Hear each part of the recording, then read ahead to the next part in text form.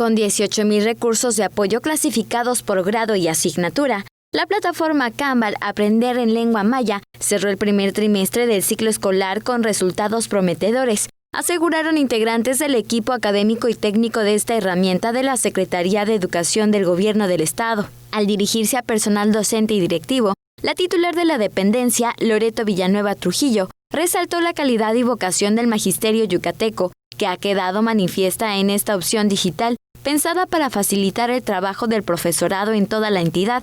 Agregó que son 120 maestros que, además de estar haciendo su labor en las aulas, están buscando estrategias para colaborar con sus compañeros.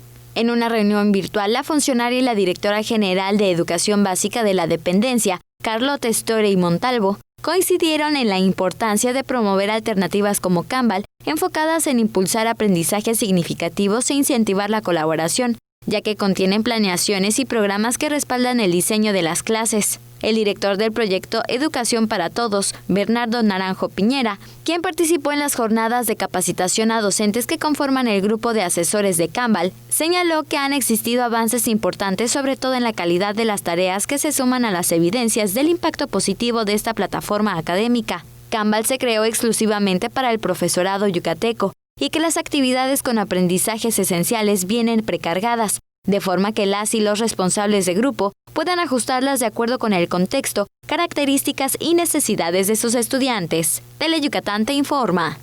Teleyucatán te informa. Lunes a viernes, 8 de la noche. Síguenos.